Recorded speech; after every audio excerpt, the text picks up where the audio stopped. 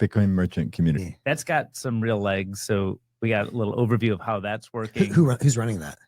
I think Haley. Haley's the lead. Really? Okay. But we have really great, I mean, Spiral initiated it after you guys came up with the idea. Thank you. But we have like, we seeded 5 different states with plushies and one pagers to get it going. And then there was so much demand from other, like me. And, we're up to like 16, 17 different states now. Seriously? With a local champion. Oh, dope. That's many crazy. states. Wow. She showed the map with all the like pins of all the places. How many pins do we have now? I think he's at 16 or something. Not states, like total Square merchants accepting. Do we have an idea? I think it's like a couple thousand, but BTC Map is still like a couple thousand in the queue kind of thing. So several thousand. Okay. I don't know if she shared this last night, but in the, we created that community Discord for BMC, which is intended for like these local champions and Bitcoiners like any of us who are out there trying to get merchants to turn it on. And some guy in the DC area has gone to 100 sellers and already has 12 converted, and he thinks there's like another 10 that are close to converting. Like those are like serious numbers for one volunteer individual, right? So that's the kind of impact one person can have. Do we know who this is and like what his motive is? He just like a Bitcoiner? Ken's gonna meet up with him. Cool. Yeah. But I think the copy on the leave behind and the plushie really, the copy's good.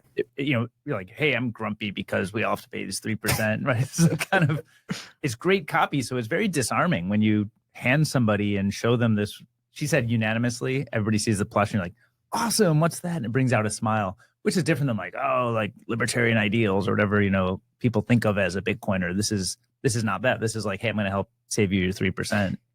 And it's fun and it has a personality. I have a question, a Square question, because I was trying to explain this. I was actually trying to explain this morning to Anjali about like how payment networks work. And like, most people are just like super bored. They have no idea how this works. They don't care, which I get.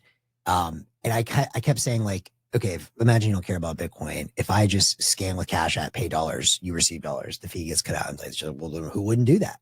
She's like, why don't they just do that automatically? So question, why isn't Cash App pay anyone that pays the Cash App just automatically Bitcoin?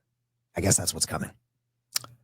Well, there's all kinds of answers to this, but the answer to like, why doesn't Square just automatically turn on Bitcoin payments? If you're using Cash App, because they used to have Cash App pay before. But you have to configure your point of sale to be in a certain state. So do you want it to be in the state where everybody gets automatically upgraded to this, well, we might call it an upgrade, but updated to this new style? That's so I see like strong version, weaker version. Strong version is you just roll with Bitcoin for everything.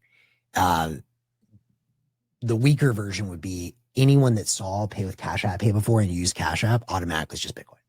But even Cash App Pay, which has been a thing for years. For years, yeah, I used to use it.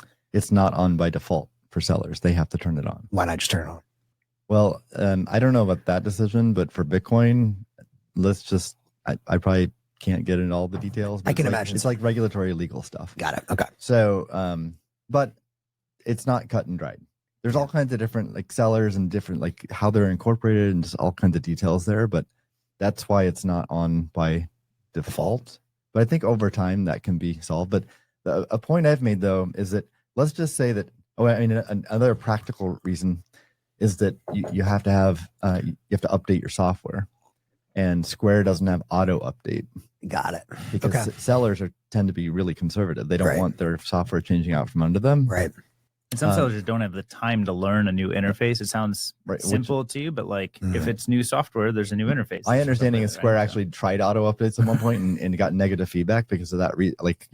Seller is like changed out from under them, and then they're busy running their business, not like they're not like us. They're not trying to get like the best new technologies. Yeah, exactly. So, but even if everyone was if all merchants were automatically updated, that they wouldn't be aware they can do this, and then they wouldn't be aware to promote Bitcoin payments to consumers. Now, the one scenario, which I think is what you're trying to get to, where there wouldn't need to be awareness, is if it's Cash App consumers paying in dollars to merchants. That's and exactly I agree that could be default and just work, but all the other scenarios, either Bitcoin on either end or both ends, then there has to be awareness. Or just imagine like you have like there's one QR code.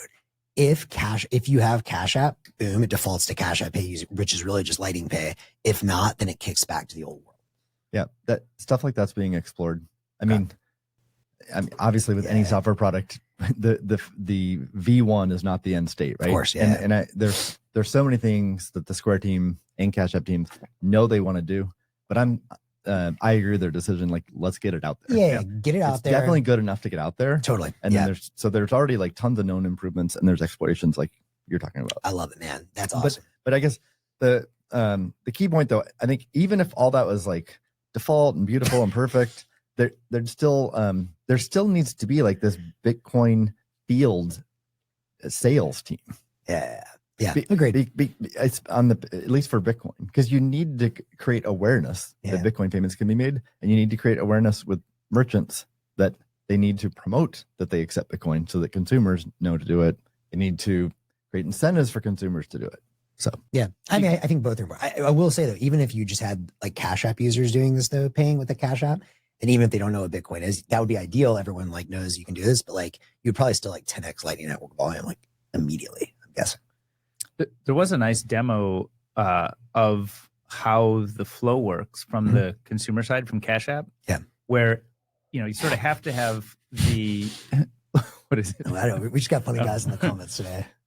Shout out to the point of sale device has to be configured to accept Bitcoin, but then the user can choose to pay Bitcoin, but they can fund it with their Bitcoin balance or with a USD balance, right? Which automatically buys Bitcoin to send to the merchant, I assume is what's actually going on in the back end. And there were a bunch of questions around how that works from like a tax perspective, which you can kind of chase it all and figure it out. But that at least raised some questions from the audience yesterday at Builder. But I thought it was actually like a really slick flow. It's like very well thought out, and you can see it sort of inching towards the vision of what you want to get to, over time.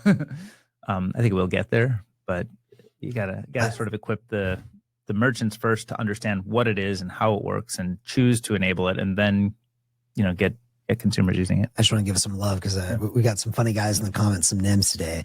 One guy is suggesting that his Isle of Yap speech is not the starting point to convert merchants. Another one is suggesting that definitely start with the creature from Jekyll Islands or mandibles. So these are some pro tips perhaps we can add to that. Hey, feel free to join our public Discord community and offer. Everyone's giving feedback there on what works, what doesn't work, what the challenges are. Isle of Yap, baby. Yep. So we love fresh ideas.